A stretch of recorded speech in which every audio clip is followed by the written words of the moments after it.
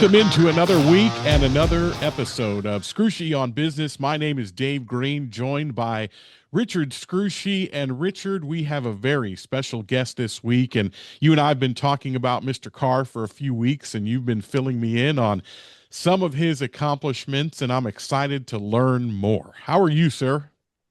I'm doing terrific. Thank you, Dave.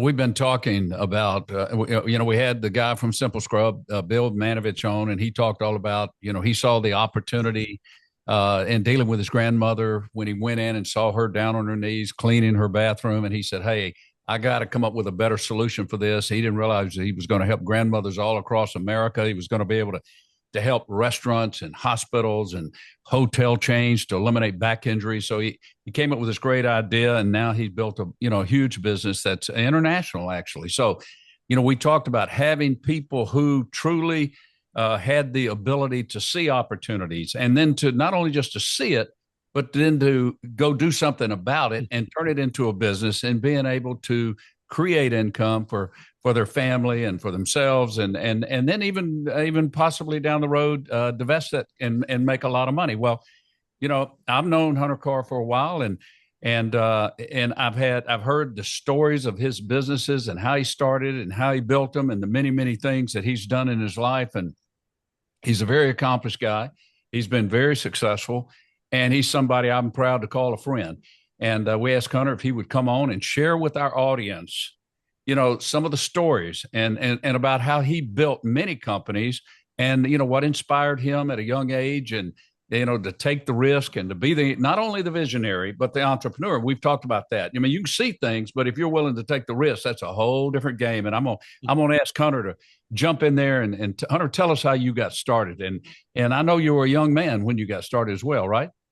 I was a young man. Actually, I was playing football at Howard Payne and separated my sternum. And so I moved back to Arlington and quit playing football, and was going to school at the University of Texas at Arlington. Needed a part-time job because I had to make some money. I came out of a poor family. So I was working at the Montgomery Ward's collection center. And they had sent out, like, I don't know, 10,000 credit cards. Back then, you didn't have to have an application, and they had this huge delinquency. And so I was working the phones for them, calling people to try to collect money. And I could see that what was going on was they were having a real hard time keeping outside collectors. These guys would go out to knock on people's doors, but Montgomery Ward has had a program which was kind of interesting. Is if you could collect $1, then they would upgrade your account. So I kept seeing that happen. So I went to the manager and I said, I'll tell you what I can do.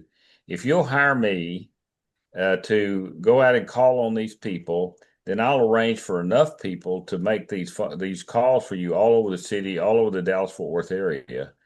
So I made a program where he was going to pay me $5 on every call and pay me mileage. So I went to a bunch of my college friends. I said, here's what I need you to do. I'm going to send you out to collect. And what I'll pay you is, if you can get that dollar, I'm going to give you $5. Mm-hmm. If you get a promise, I'm going to give you $2.50. If you don't get anything, if you don't get a promise or payment or some kind of an update, I'll give you nothing.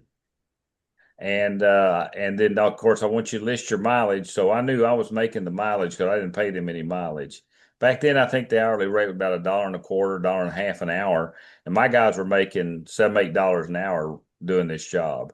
And so I had people knocking, all these college students knocking my door all the time, trying to do the job for me, come to be a collector for me because they were making so much money. And we always had a little party I had a house with a cabana in the back, and that's where I did all my sorting of my stuff. And so we'd all have a party every night. That grew to a good sized business. In fact, but I heard a rumor that Montgomery Ward's was going to change their programs. At the same time, I had a collection company wanted to buy my company, and it was enough money. It was the most money I'd ever seen in my life. So I said, how can I turn that down? So I sold that company off after running about three years. But the risk that you take when you start a company, I mean, that particular company, I didn't have to invest any money. It was really the whole saying of you find a need and fill it. And that's all I did was find a need. I saw a need. I didn't think about that being what I was doing at the time, but now that's how I would define it. I found a need and I figured out how to fill it for the company, and we made a good deal of money. So that's the first venture that I took on. So That's great. Obviously you saw that opportunity and you just did what built into your DNA. You just started yeah, okay, I make this work. I got these other people to work for me. I put all this together. And that's what we call kind of bootstrapping it. You didn't raise any money. You didn't bring in any investors. You just built Hunter Carr, a company. And after several years, and how old were you then? You were I was 21, something like that. See, there you go. That's what we're talking about. There are a lot of young entrepreneurs out there right now today that and visionaries that and they're looking at do I bootstrap this thing? Do I go to angel investors? Do I have to raise money? Did it ever cross your mind that you might grow it and expand it and raise money, or were you just like, no, I can do this without any money? Well, the key element to that kind of a process is to be able to get somebody to give you a contract if you're going to bootstrap it. If you don't have a contract to start with, you're going to have to raise money. In this instance, I had a contract, and the contract, they had 72 women on the phone in the daytime as ladies because they wanted ladies on the phone. And so these ladies were the ones sending us the calls, and I could see how many calls were going out, and they weren't even anywhere near close to handling them. And I could say I could get a handle. So if he'd give me a contract, it was really kind of an unlimited number of people I could put to work. And it wasn't hard to teach them either, because it's just knocking on the door and saying, I'm from Montgomery Wards and I need to collect a payment. So, and if you'll give me $1, I can update your account. And that was easy. If you got to talk to somebody and they didn't give you $1, they were foolish, because that was a really easy way to update your account without going and having a credit report or whatever, a bad credit report. So, but the real key in starting that kind of business is you got to have a basis that's going to pay you, because you're going to have money, and people working for you are going to have money. So that gave me the ability to pay all of the employees and pay myself and make a good deal of money. In fact, that first year, of course, this is way back when, I think I made $125,000, what I call train riding money, and Wow. that would have been like $1 million today or more. Well, I don't want to call out your age or anything, but I will say that that's 50 years ago, at least, if not more. Something like that. Yeah. So when you think about making 120, I mean, doctors and lawyers didn't make $125,000 a year back in that day. So That's you true. did good as a young man, didn't you? I did. Now, when you decided to sell it, that was driven by the fact that you thought that what they were offering you was not only more money you'd ever seen, but it was equal to the value of what you had, or you thought it was maybe it was more than the value. I mean, what clicked and you just said, okay, I'm going to do this. I'm going to let it go. Or were you worried about the fact that the business might peter out? In other words, you might hit a wall. Yeah, I felt like that the amount of money Montgomery Wards was paying us was probably going to change, because that's a lot of money going out the door that they probably want to take in house. And I'd heard that rumor. And then this collection agent guy wanted to buy it, so I hooked them up together, and they bought me out. Of course, it was an agreed deal; they would buy me out. So everything was disclosed. And I just felt like it was time to kind of move on. Collecting bills, knocking on people's doors, collecting bills was not my favorite thing to do, but you do what you need to do to make the money. And then I had the money that I didn't necessarily need to go raise money to start another business. I had cash. Well, let me ask you one thing here. Did they ask you to stay on with the company when you were selling? Because a lot of times people sell companies, they'll stay on for another year or so, or do the transition. What happened there? Was it a clean cut, or what went down? That's a real good question, Richard. With the manager of the Montgomery Ward's collection agency that was signing the contract, and the guy who was buying it, the collection agency, they wanted me to help him for 12 months. And so I agreed that I would help him, and he agreed to pay me a fee, which was not disclosed to them, what he would pay me to help him for 12 months, which was really a nice thing. I didn't even think of that going in, but they brought it up and said, well, we want to make sure it doesn't change. What's going on doesn't change.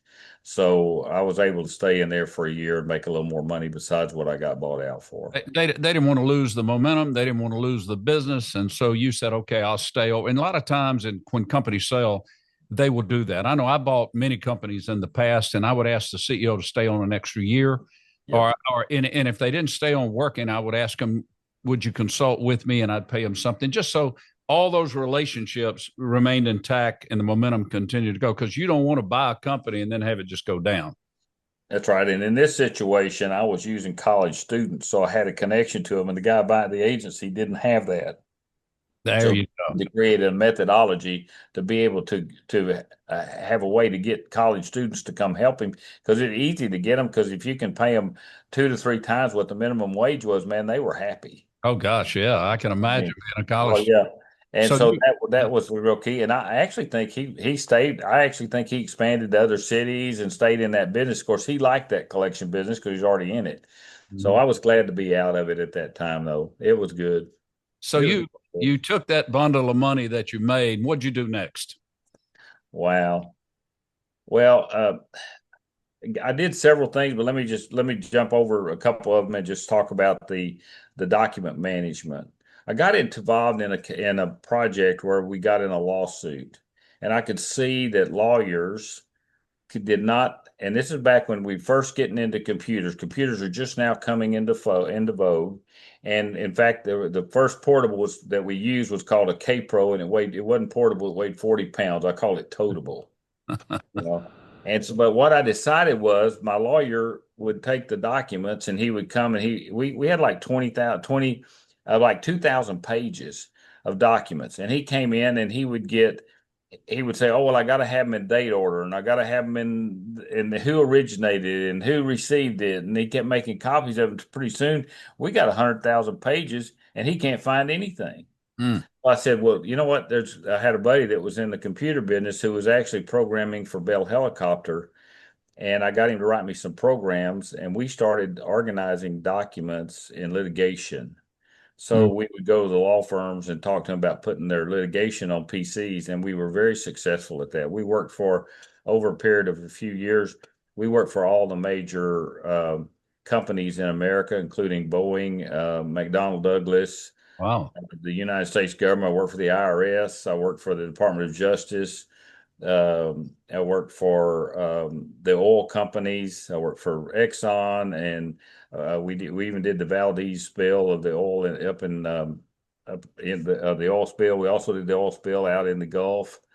So for about 10 or 15 years, we built a really nice sized company organizing documents primarily started for law firms and turned into working for clients.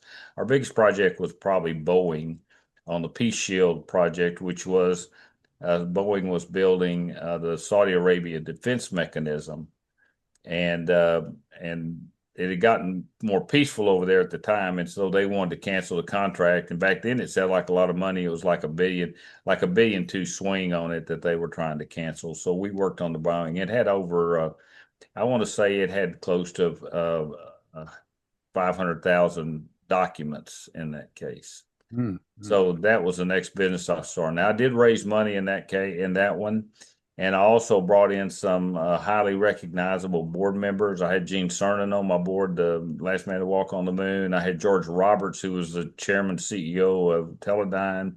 I had a fellow named by the name of Paul Thayer, who had been the chairman CEO of Ling Temco Vault and had been a World War II ace. And those guys served on my board and really gave me instructions and taught me.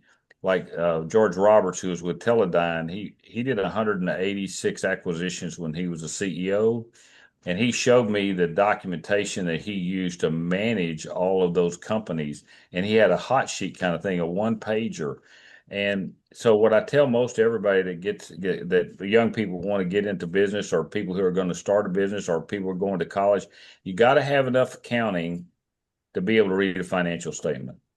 If you don't have it, you can get online and you can get enough so you can read a financial. You got to read a financial statement. You got to read an income statement, the income side of the statement to keep up with it, and that would be the key that I'd tell most people. All right, now I just want to go back and Dave, you may have a question too, but we jumped from just starting a business and all of a sudden you got all these heavy hitters on the board. You're doing business with Boeing, you're doing business. I mean, that didn't happen overnight. That took a lot of Hunter Carr efforts, late nights, weekends. You worked very, very hard to build that, and you had to surround yourself with a team to help you do it because you can't do all those things by yourself. Can you go back and give us a little color on the early days of getting that going and some of the struggles that you had to go through? And you said you financed it. You had to raise some money. Who did you raise the money from? Was that from angel investors, or was it from investment funds or venture capital? Tell us a little bit about that as well, if you don't mind. Yeah, our initial. Well, I got a gun and went out at first on the street. So Vicky just appeared here to give me some color. Anyway, originally when I started the business, I started organizing the cases, and a lawyer asked me if I could organize the case for him. And that's really kind of how we got started in doing it for other parties. So then I determined we had to have some additional capital, and I believe Paul Thayer was my first investor. And Paul had been the CEO of LinkedIn Vault, as I mentioned, and we had made a great relationship, and we were working on. He's the one that at that time, every person running an aerospace company in America had worked for Paul Thayer at one time or another. Boy, that was a great. Yeah, wasn't that a great contact? So God, Paul started making contacts with all these CEOs in these major aerospace companies. So we really had contracts with every major aerospace company in America because of Paul. And then they'd hire us to work on the cases, and we'd set crews in the system in their offices and actually be organizing documents. So, and then George Roberts came in with some money because we wanted to expand the business.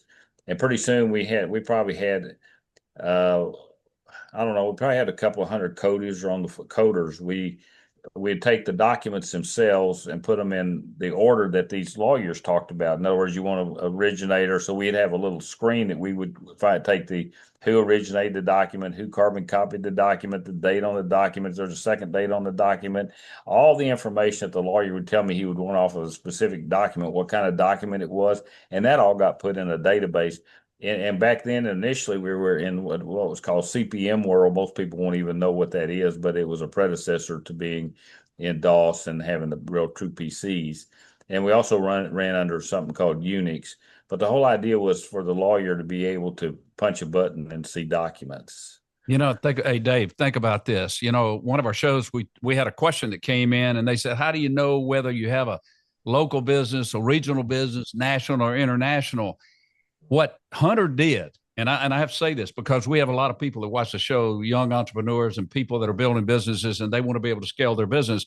What you did when you brought in those board members that had those connections, and you mentioned the one gentleman who, all the aerospace companies, all these people they all knew it.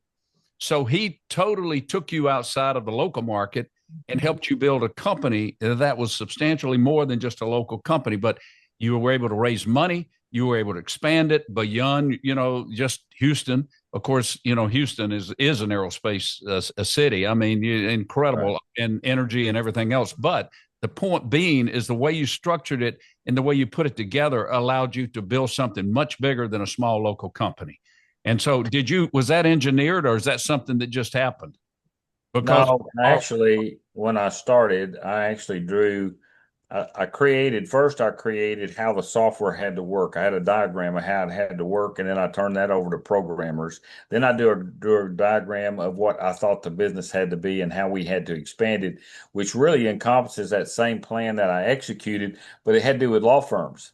I thought the key was law firms until I got into the business side of working with the aerospace companies, which dictated to which law firm was going to do the case versus them the law firm having to go to the company and ask them to pay me.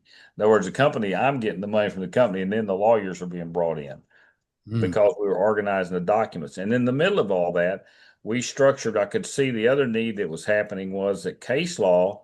The case law for America, if you don't know what case law is, it's or someone doesn't, that's the law that the courts run on. So it's a prior case that dictates how a judge might rule on a case.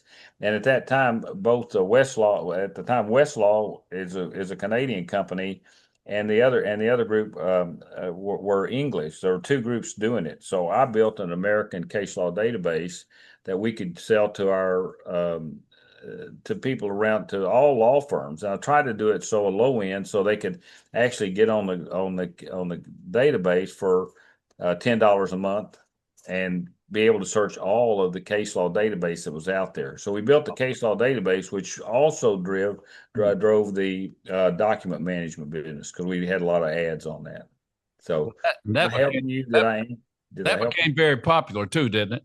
It did, very profitable. And really, that's still going today. I mean, Yeah, it was Fast Case, and Fast Case just sold out to another company, and I don't really remember the name of the other company, but yeah, it's still going. That database still exists today. It's older than the Westlaw database. It goes back to 1937 or 1934. So it's the oldest case law. It goes back to when the professor at Harvard named Pound came up with the concept of case law. So I went back. It goes all the way back to the initiation of it. So how many years? How long did you run that company and build that? What are we talking about? Was that a 10-year, think year? about that a minute. I'd say it happened from about 83 through 2006. Wow. So that was a long time. And did That's you a long time for me. Yeah. sell that company? What happened there?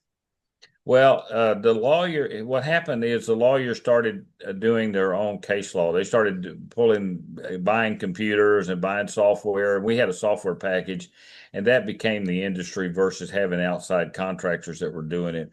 So that slowed the business, the actual contracting doing it. So we really concentrated more on the case law. And then I had some law firms that wanted to take the case law inside. So I started selling the case law database off, and I don't know, I sold it to like 5 different firms, and then we sold it to a commercial outfit finally. And the actual case law of organizing the case law, we trained many law firms how to do it, and we really just kind of got out of that business, made money doing it, but we got out of that business because it was going inside the law firms versus contracting. Now, and that's an incredible story of how you built that and how you spent all those years growing it and building and all the different directions you went. After you got out of that and that moved on, how long before you started your next company? Now, this is a serial entrepreneur here, folks. I mean, here's the guy, but he didn't just do it overnight and then get out of it. I mean, he ran it and he built it and he grew it and he said, okay, now it's time for me to move on. Am I right? Yes, you're okay, right. So how long before you did your next venture? Well, I might have done a few smaller things, but the next thing I realized, I became a diabetic, and I could see that there was a need for a different type of system to help treat diabetics. And I did some research and found a product that was used back about 80 years prior to that time. And that product didn't have the technology in order to drive it. So I kind of moved the technology into a more modern setting of what we could do today. And we created patents. I had a partner at the time. We created patents on the product. So we had 2 patents, and we began to treat diabetics. We did a lot of testing with it, and we were able to reverse the side effects of diabetes. Not a cure, but a reversal of the side effects. So the neuropathies like neuropathy or retinopathy would be reversed by this treatment. And we literally built a really good sized business that's now probably in maybe 300 clinics around the world. Wow. So I remember you telling me the story. We told our listeners, that we were going to bring on a guy who had done some incredible things. And so now we're into the third major company. We can talk about all the little ones and all the other things I know about some of that, but you got some patents and some things, didn't you? Yes, sir. In the diabetes, we have the patents. Mm-hmm. So diabetes treatments. It's actually we have a couple different kind of patent. We have a method patent, and we have a technology patent. Mm-hmm. And there's a third one that's out there that hasn't been issued yet. And there may be some more, but I've kind of not been working on that for 5 years. I've been doing other things. Yeah, what was that?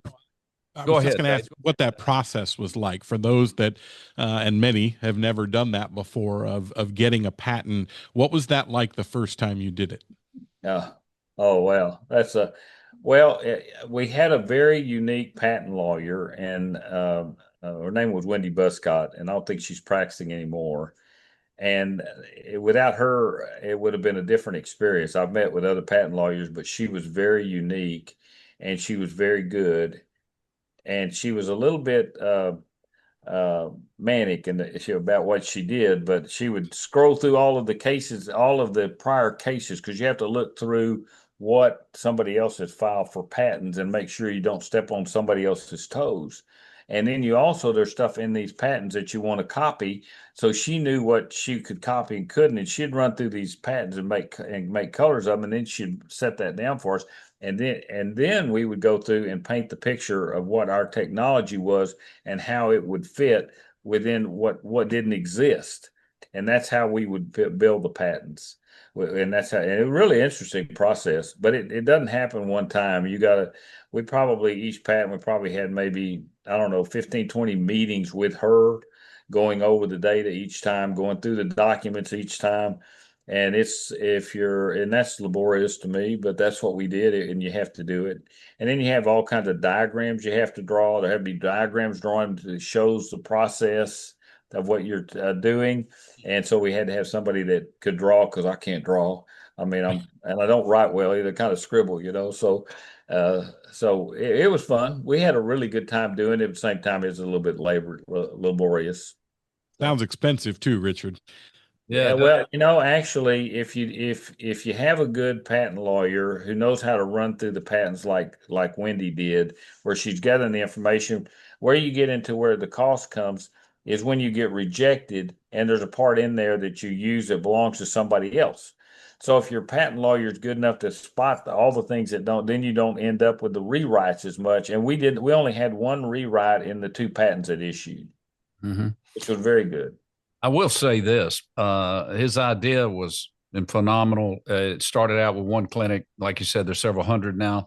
I did go to one of the clinics, and I did interview patients because I was interested in what they would say about the treatment, and everybody gave glowing results as to the improvement they had, and doing exactly what Hunter just said, changing the symptoms that they had with the diabetes. But let me get to something that is so important, Hunter.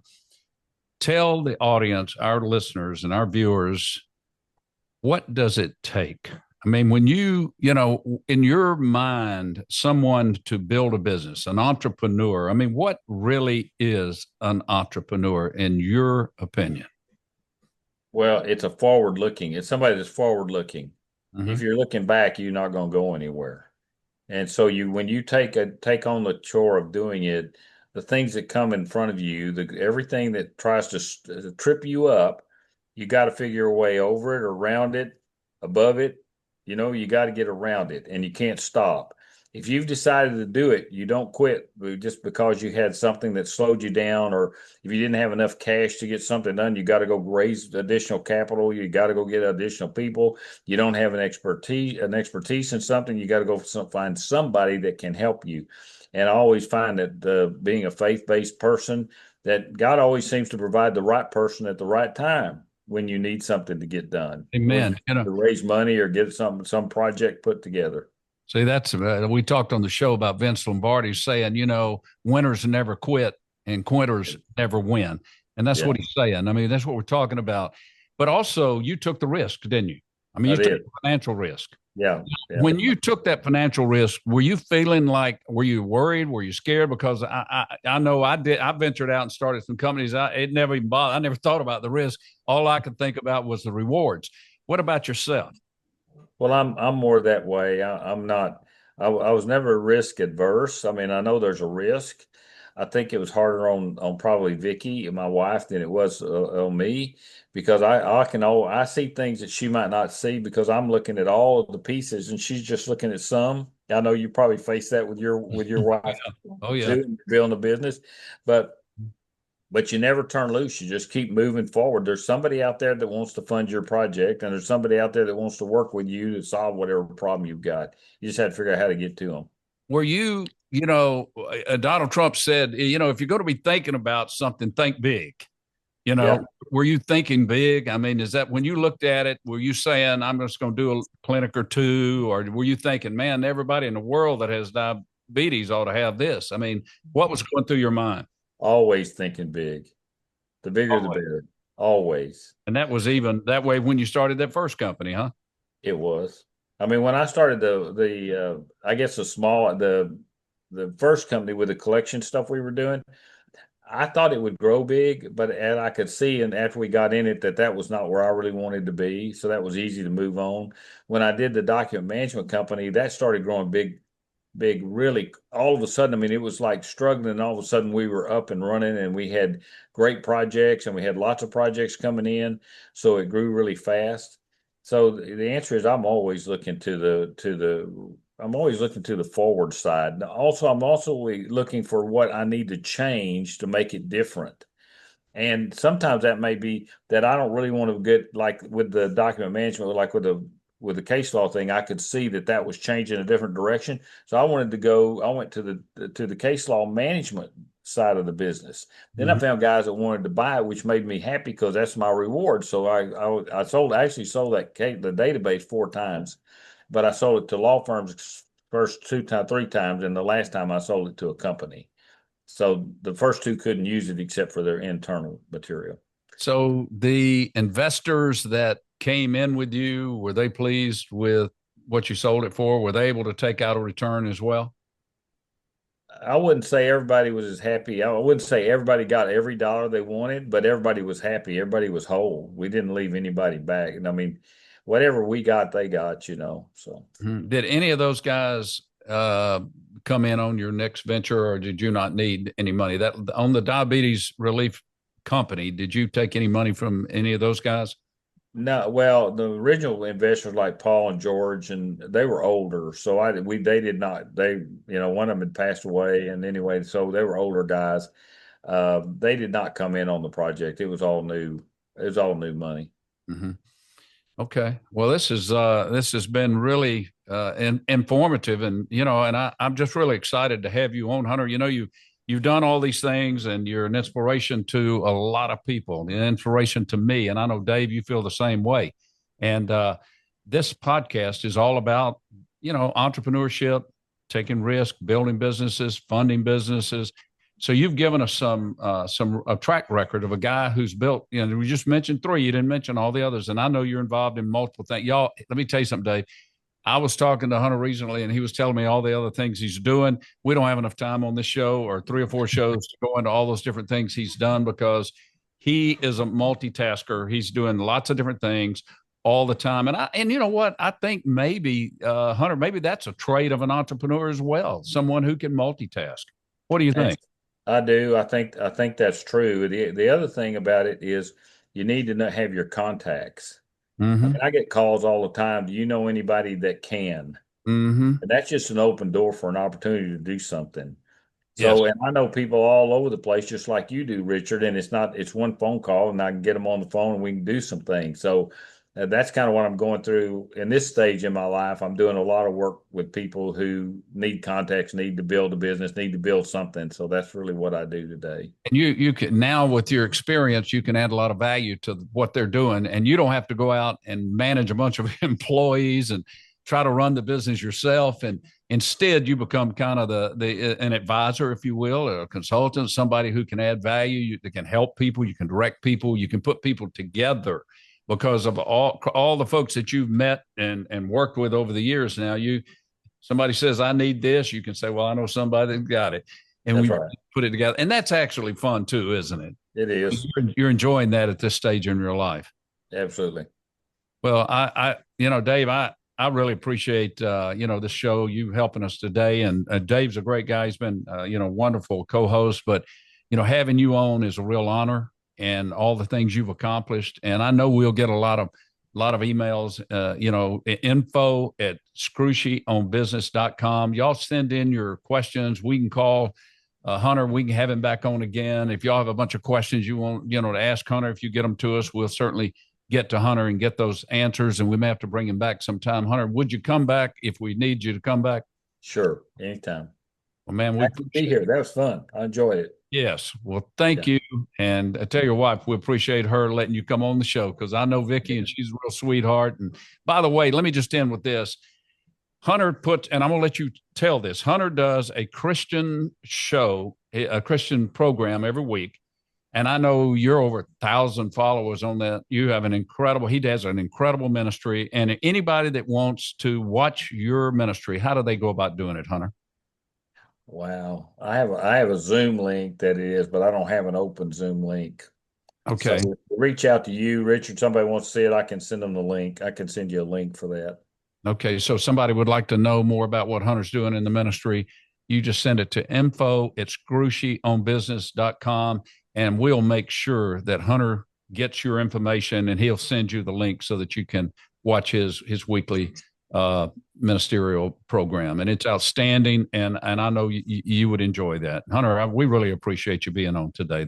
Thank you, Richard. I appreciate being on here. And Dave, thank you for Thank you. inviting me. Thank you, Richard, for inviting me. It's happy to be. Yes. We Thank you. appreciate your friendship. Oh. Well, thank you to Hunter Carr for joining us. What a fantastic story and a lot of great information for entrepreneurs. Richard, I found it interesting. One of the things that he talked about when he said he would advise young people was the financing side, being able to read your financial statements, your income statements. And I think a lot of that has to do with advocating for yourself. How do you know if there's a problem if you can't read the report, right? Very, very, very important, and, a lot of the things that he said, I mean, we could have gone microscopic on him and got into some real details. We don't have enough time on the show, but golly, I mean, from what questions I would want to ask. Okay, so when you were talking to the guy that, had everybody in aerospace, had trained under him, what'd you tell him? What'd you say to him? How did you structure his investment? How did you value his investment? How much of the company did you sell to him when he put his money in? These are the things, these technical things that I think we're going to need to talk more about on the shows going forward, Dave, because people are interested, how do I value my company? How much do I sell? How much did he give to that guy? Did he give the guy 5%? Did the guy put in $1 million? Did the guy put in 100,000? How did you value? What was your formula for determining that? Did the guy just say, okay, I'll give you 200,000 and give me some ownership? And he says, okay, I'll give you 10%, or was it like that? Or was it like, okay, I think I'm going to do X amount of dollars. I'm putting a, $5 million value on my company. So I'm going to multiply this times this. And you put in 200,000, you're going to own 3% of the company or whatever. But there is a process. And I think back in the day that he did it, it might've just been a handshake and I'll help you out. And I'll give you give me some ownership, and they went on. But today things are different. I think now we're seeing all sophisticated investors now are coming in, and I mean, there is a formula, there's a calculation, they value it. You know what they'll do too, Dave, and I got to say this, they'll value it and say, okay, well, this company would trade at 8 times. So it's, it's worth 15 million, but we're only going to give you we're going to discount it 50% because you hadn't done it yet. Mm-hmm. And that's very, very common. We see that all the time, but there are a lot of things like that we're going to have to talk about. But you're right. There are a lot of questions. He made some very good points. But what did he, the most important thing he says, never give up, didn't he? He said, just keep doing it. And he also said, be forward thinking, right? I'm in an industry that has been failed at that miserably. Media and traditional media has failed miserably at looking forward, and you see it.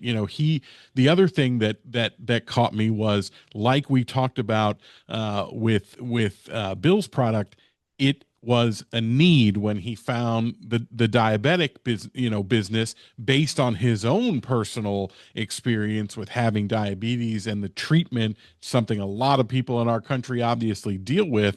But there was a need. He saw it. He expanded it quickly.